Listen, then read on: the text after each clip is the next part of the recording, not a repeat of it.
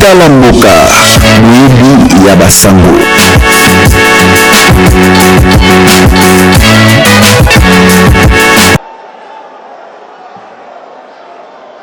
Nous devons moderniser la chaîne d'assainissement, clarifier les responsabilités des acteurs publics et privés, encourager une mobilisation citoyenne durable et instaurer une tolérance zéro contre les pratiques qui dégradent nos quartiers et menacent la santé publique.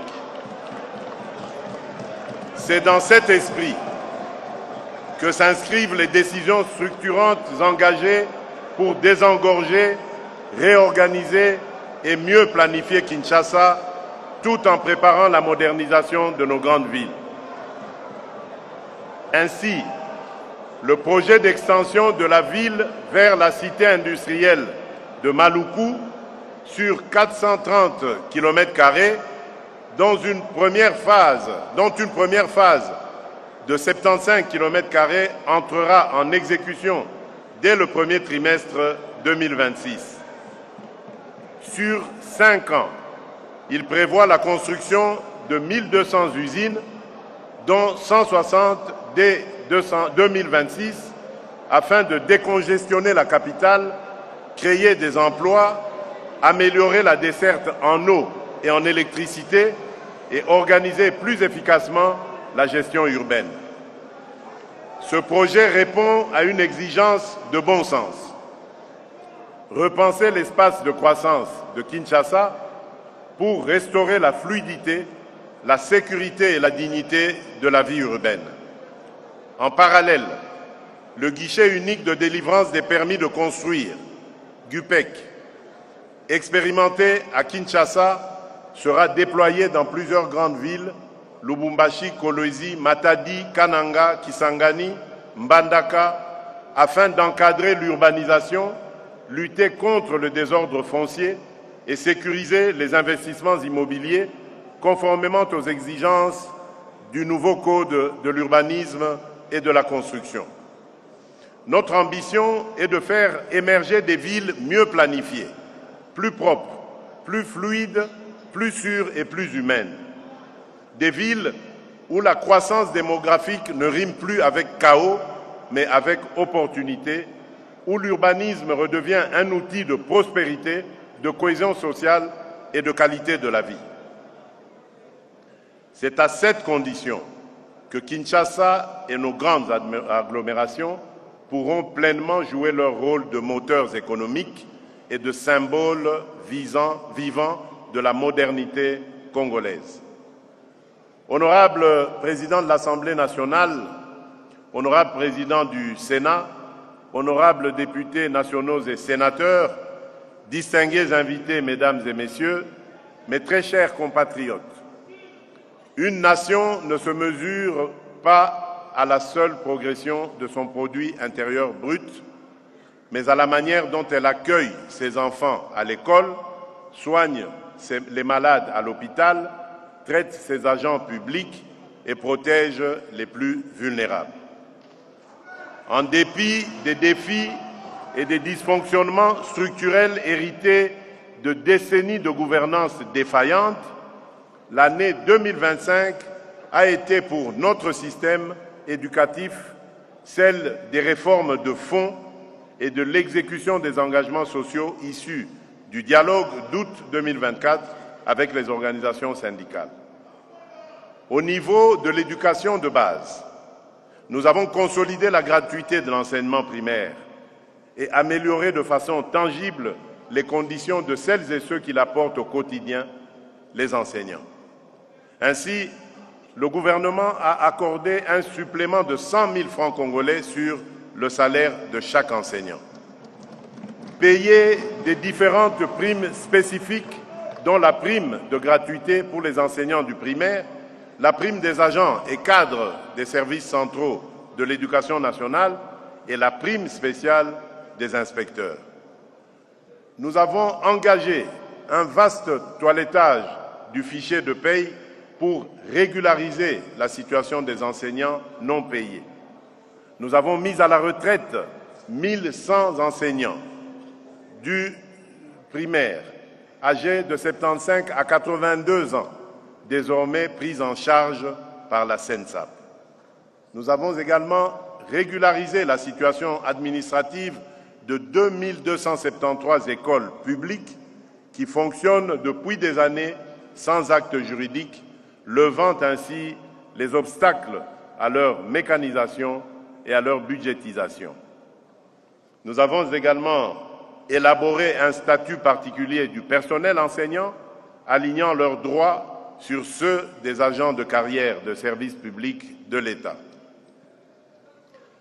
Dans le même esprit, nous avons investi massivement dans les infrastructures scolaires. 1384 écoles ont été construites à travers le pays, dotées de 254 676 bancs et pupitres. Plus de 80 espaces temporaires d'apprentissage ont été installés pour les enfants déplacés par les guerres ou les catastrophes naturelles, afin que l'école les accompagne même dans l'épreuve. Aussi, une stratégie nationale d'alimentation scolaire a été adoptée pour lutter contre la faim à l'école et améliorer la rétention des élèves. Notre ambition ne se limite pas à l'accès, elle vise l'excellence. C'est dans cet esprit que nous avons lancé la refonte des programmes, adopté une stratégie nationale de formation continue pour les enseignants du secondaire et engagé la rationalisation des bureaux gestionnaires afin d'instaurer une gouvernance plus lisible, sobre et performante du système.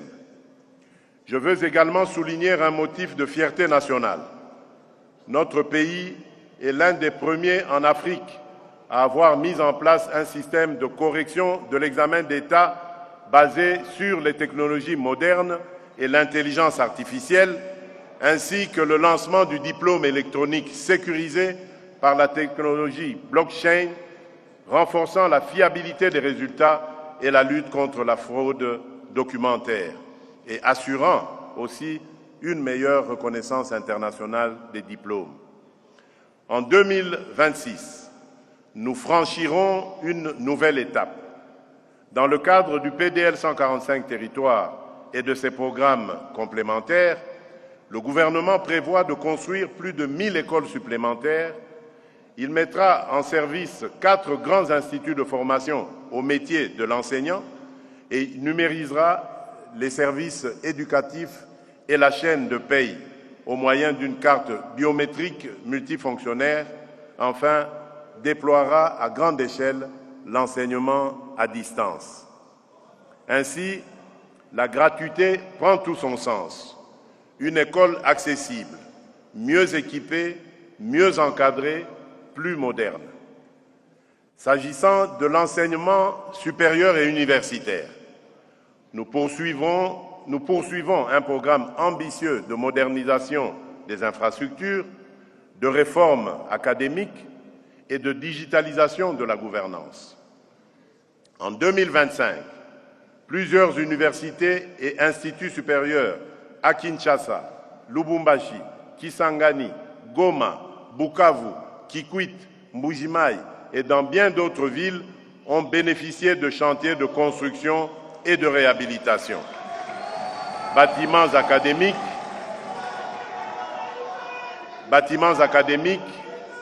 laboratoires, bibliothèques, homes d'étudiants, complexes sportifs, offrant à notre jeunesse des conditions d'études et de recherche à la hauteur de ses ambitions. Cette dynamique s'inscrit dans un vaste programme national d'expansion et de modernisation de l'enseignement supérieur. À ce titre, le lancement des travaux de construction de 14 universités supplémentaires est prévu dès le premier trimestre 2026. Ces nouveaux établissements seront conçus à une échelle encore plus ambitieuse, avec des infrastructures plus vastes, plus fonctionnelles et pleinement adaptées aux exigences contemporaines de la formation, de la recherche et de l'innovation. Chaque site s'inscrira dans une logique de campus intégré, dotés de services essentiels et durables, centres de santé, solutions énergétiques fiables, voiries internes, accès sécurisé à l'eau, dispositifs de sécurité, ainsi que des pôles académiques modernes comprenant amphithéâtres, laboratoires de pointe, bibliothèques et espaces numériques.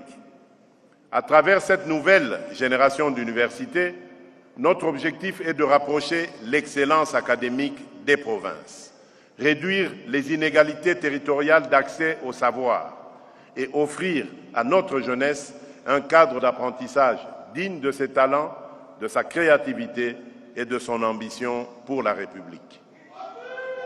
Deux arrêtés majeurs ont en outre allégé les frais académiques des étudiants en situation de handicap et accéléré le déploiement de l'enseignement ouvert et à distance afin de garantir un accès plus équitable au savoir. Enfin, dans le domaine de la santé et de la recherche nucléaire, des avancées décisives sont engagées avec la structuration d'un projet stratégique de création d'un centre de cancérologie, d'une radiopharmacie nucléaire et d'une école supérieure dédiée. Conduit en partenariat avec l'Agence internationale de l'énergie atomique et le fonds OPEP, ce programme, en 2 phases, doit démarrer en 2026 et traduit notre engagement résolu dans la lutte contre le cancer et le développement de la recherche nucléaire appliquée. Mes très chers compatriotes, alors que la voix de la République démocratique du Congo s'affirme comme celle d'un partenaire crédible, un défi demeure central: développer le capital humain et combattre le chômage structurel. En 2025, le secteur de la formation professionnelle s'est résolument mobilisé en posant des fondations juridiques, réglementaires et opérationnelles solides pour une approche orientée vers l'employabilité, la certification et les besoins prioritaires du pays à travers notamment la ratification de la Convention de l'UNESCO sur l'enseignement et la formation technique et professionnelle, ouvrant la voie à des standards reconnus et une coopération renforcée, l'adoption des modalités d'élaboration des normes nationales de qualité, référentiels et homologation des programmes débouchant sur la création, une première dans notre pays, du répertoire national des formateurs et de leurs modalités d'exercice, le déploiement du cahier de l'apprenant qui harmonise le suivi des apprentissages, l'identification des apprenants, la traçabilité du fonctionnement des établissements. Pardon.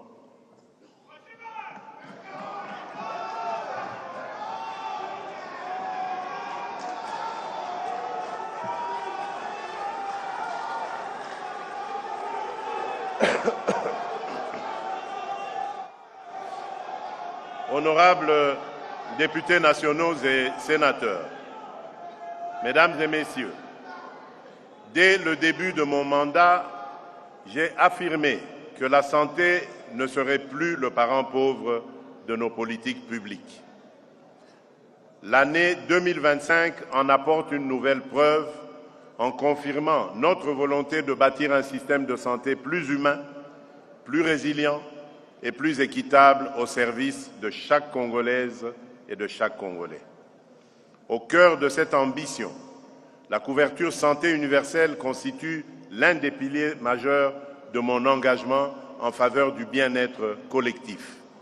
Elle vise un objectif simple et juste: garantir l'accès à des soins de qualité sans que le coût ne soit une barrière, en particulier pour les plus vulnérables. C'est dans cet esprit qu'en 2025, nous avons lancé la gratuité des accouchements et des soins des nouveau-nés, première étape concrète de la couverture santé universelle. Les résultats déjà observés sont encourageants. Plus de 2,6 millions d'accouchements ont été pris en charge et la mesure est actuellement opérationnelle dans 14 provinces. Cette avancée sociale décisive rend aux maires la dignité de donner la vie sans la peur du coût et offre à nos nouveau-nés un départ plus sûr dans l'existence. Mais, je le dis avec lucidité, la généralisation de cette gratuité exige une sécurisation rapide et durable des financements, un renforcement de nos maternités en équipement et en ressources humaines, ainsi qu'un pilotage rigoureux, transparent et fluide des mécanismes de remboursement. C'est à ce prix que la gratuité deviendra partout une réalité pleinement effective et irréversible. Parallèlement, nous avons poursuivi un vaste programme de modernisation des infrastructures sanitaires, car la couverture santé universelle ne peut se déployer sans un réseau solide d'établissements modernes et fonctionnels. Ainsi, l'hôpital général de référence de la Mouya à Mbujimaï a été totalement rénové, tandis que d'importants travaux de réhabilitation et d'équipement se poursuivent au centre hospitalier universitaire de Kinshasa, ex-Mamayemo, et à l'hôpital général de référence Jason Sendoué de Lubumbashi. Sur l'ensemble du territoire, les avancées sont sans précédent. Des hôpitaux généraux ont été réhabilités ou modernisés à Kinshasa, Lubumbashi, Kolwezi, Mbandaka et dans plusieurs autres villes. 357 centres de santé sont en construction ou en achèvement dans le cadre du PDL 145 territoires. 240 nouveaux établissements ont été livrés dans le cadre du programme multisectoriel de nutrition et de santé au Kasaï, au Kwilu et au Sud Kivu, et près d'1 millier d'établissements et structures de santé ont été équipés en matériel médical, en eau et en énergie solaire, sans oublier l'installation d'incinérateurs modernes pour une meilleure gestion des déchets biomédicaux. Ces investissements ne sont pas de simples chantiers. Ils traduisent une conviction profonde. Moderniser un hôpital, c'est renforcer un droit. Construire un centre de santé, c'est rapprocher la République de ses citoyens. En matière de sécurité sanitaire, nous avons consolidé notre capacité de riposte grâce au Centre des opérations d'urgence de santé publique, qui a permis une coordination plus rapide et plus efficace face aux épidémies. Notre pays a ainsi suivi et pris en charge simultanément plusieurs menaces majeures, choléra, rougeole, mpox, peste, tout en adoptant un plan stratégique multisectoriel d'élimination du choléra, signe d'une approche